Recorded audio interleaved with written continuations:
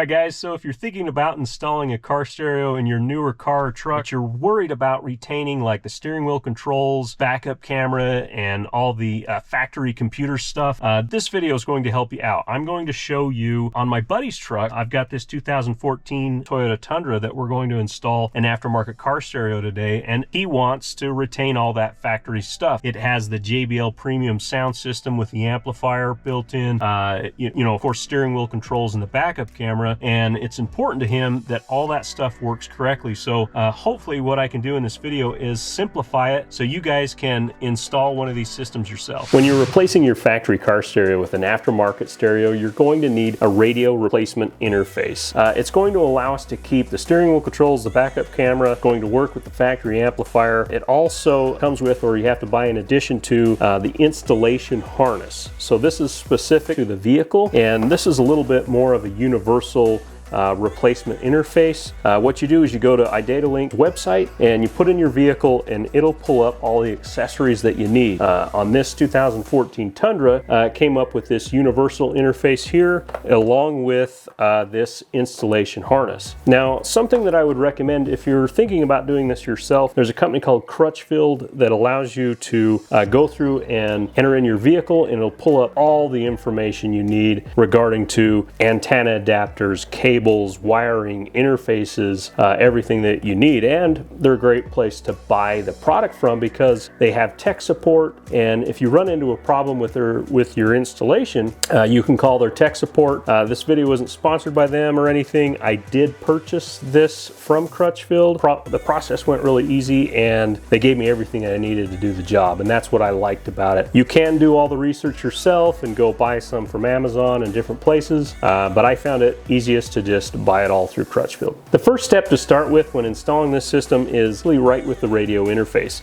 So you're going to go to iDataLink's website, you enter in all the information, and it's going to walk you through a process that allows you to program the module. It's very important that the universal module is programmed specifically to your vehicle and your radio. It's real easy to do. You just basically connect this to your PC or your laptop, and then it walks you through all the instructions to get the interface programmed. So rather than doing this stuff in the car, I recommend having a nice workbench in your garage or at your kitchen table or whatever, so that you've got a good clean place to do this work. So this is what the module looks like. It comes with quite a few different little cords and a quick start guide, and of course a USB cable, and that's what we're going to do is plug this in to our PC and get it programmed up. Open up your quick start guide and follow the instructions to download the desktop application and select whether or not you have a Mac or a PC. Once you've logged in, it's going to ask you if you want to flash a remote start or if you want to flash the Maestro. Now the program has detected my device, and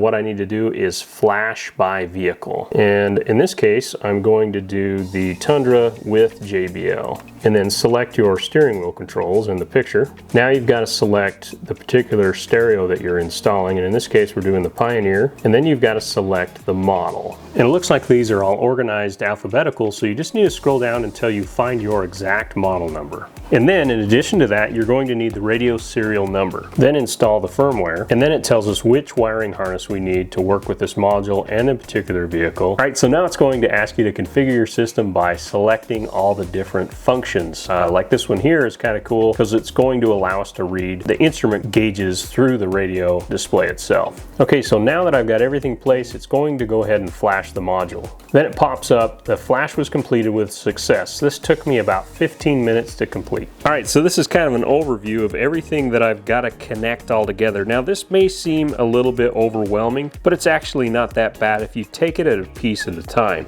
One thing to note with this universal module is it does come with a lot of wiring here. All of this wiring is not necessarily used. It's designed to work with multiple different vehicles. It does come with a lot of different wires that you don't necessarily use. Because this radio is designed specifically to work with this interface, we're going to use this cable and it'll plug directly into the radio. So the rest of these cables that come with the universal module are actually not used. So here's where you're going to be making most of the connections, is with this installation harness. These plug directly into the factory connectors inside the car. And then this side is going to go to the module, and then these wires here go over to the car stereo itself that you're installing. So this is the area that you're going to need to make the connections, and you're basically just matching the colors up. This here is an additional piece that allows you to plug into the OBD2 connector, and it's what's going to allow you to read some of the gauges right on your radio display. So this is the stereo that we're putting in. It has this really cool big display that you mount basically to the radio, and this is all the wiring that comes with the radio itself. So you've got your radio wiring, the installation harness, and then you've got your interface wiring here. And one nice thing about buying everything from Crutchfield is this is all the gear that they sent me, and it's cool because it pulls up all the different manuals.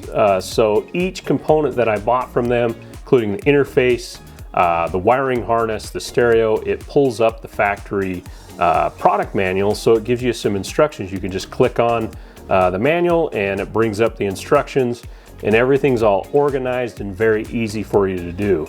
All right, so this is an important diagram that allows you to view everything that you're hooking up here, including the module, the aftermarket radio, the wiring connectors. Okay, so now it's time to hook all the connections up. This is the harness that goes in the back of the radio. These are a few things, speaker wires, that you can see I've just got capped off. Any wire that you're not using, you want to make sure you put a white cap on it so that it doesn't short out on anything behind the dash. And the reason why I have all the speaker wires capped off is this particular install, it's going to use the RCA plugins to transfer the signal to the speakers. The reason why it's doing that instead of these wires is it's going to use the factory JBL amplifier that's in the truck. And basically what we're doing here is just hooking the wires to the radio wiring harness to the interface. So I've determined all of these wires in the interface are not going to be used in this particular install. So all I'm doing is just taking and capping these off, and basically you just crimp a white cap on the top, make sure it doesn't pop off, and that's all you really need to do with that. Pretty much most of the wiring is just done through plug-in connectors. Once you've capped off all the unused wires that you're not going to be using, go ahead and start making your connections. I like to start with yellow wire, which is your main constant power. This is actually a wire that goes directly to the battery and keeps all the keep alive memory stuff in the radio. And then the red wire is the ignition wire or accessory wire, and this turns the radio on and off with the key. And all we're really doing here is twisting the wires together so that they're tight, and then sliding the white cap over the two wire connections and crimping them together.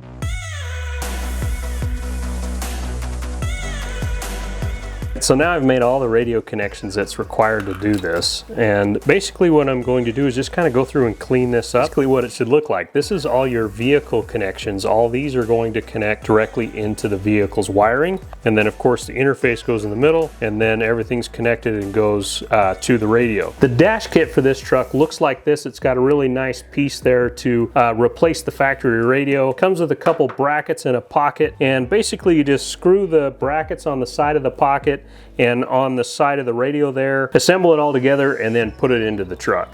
All right, so now we have the radio all wired up and we've got it mounted into the dash kit. Basically it's going to look just like that, and then this here mounts in the factory locations just like the factory radio does, and then this goes over the front of it to give it that factory look. All right, so now I'm at the point that we've got to remove the factory radio, and on this particular vehicle you've got to pull this panel off under here, pull that out, and then there's some screws around the radio that you got to undo.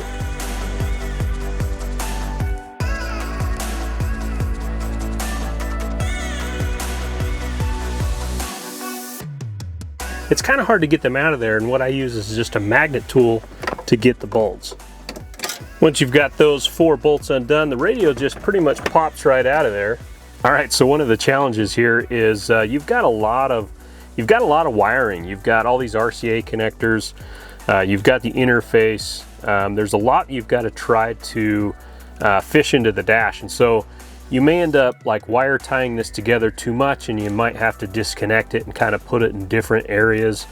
But basically you've got to plug everything in and then just kind of clean it all up and put everything in a safe spot so that it doesn't get pinched or damaged once you put everything back together. And as you can see, these are all the plugs that plug into the back of the factory radio. And basically that harness that we wired up and the interface is going to plug into all that stuff. In addition to plugging into this, I've also mounted the GPS antenna right there and ran the cable down to connect to the radio as well. Along with over here, I've put the Bluetooth microphone and ran the wire just down along this A-pillar down to the kick panel, and then over with the GPS cable as well. And then so the gauges will display on your radio right underneath the steering wheel here on this lower portion of the dash is what's called an OBD2 connector. Now this is the piece that comes with the radio, the Pioneer radio. It comes with one of these. This just plugs directly in here. This is the plug that your mechanic's going to use to do diagnostics on the vehicle, or if you go in for an emissions test in a lot of states, they're going to plug into that connector. Do keep in mind that mechanics are kind of annoyed when they have to pull this out or that it's there because it can get in their way. So just kind of keep that in mind if you go into a shop. Let them know that you do have something plugged into the OBD2 connector. And they designed this to where you pretty much can't plug anything in the wrong spot or the wrong way. All the connectors are pinned in a unique way. Looking up in there, there is quite a bit of space back there, so in this application, it might work out okay, which is pretty surprising. You usually don't have that much room. Okay, so what I've got is the connector that plugs in for all the RCAs. I've got the USB connection that we should still use. And then you've got the antenna, the GPS antenna, the microphone input. And then this is the main power connection for the radio.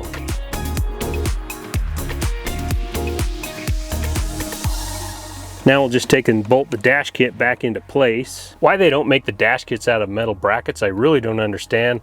The factory radio has nice metal brackets that really keep the radio solid. This works okay, but I would really like it in the future if these aftermarket companies that are designing these things would build a little bit more of a sturdy bracket system.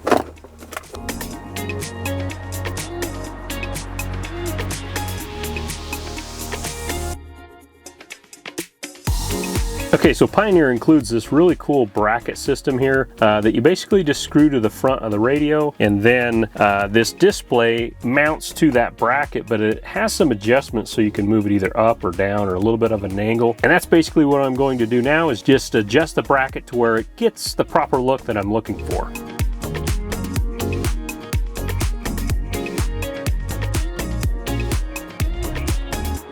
Alright guys, so I've got everything working. Everything seems to be sounding great. The backup camera works, all the steering wheel controls work. I've gone through and done some of the settings, and everything seems to be working really good. Now it's time to just clean everything up and double check all the functions.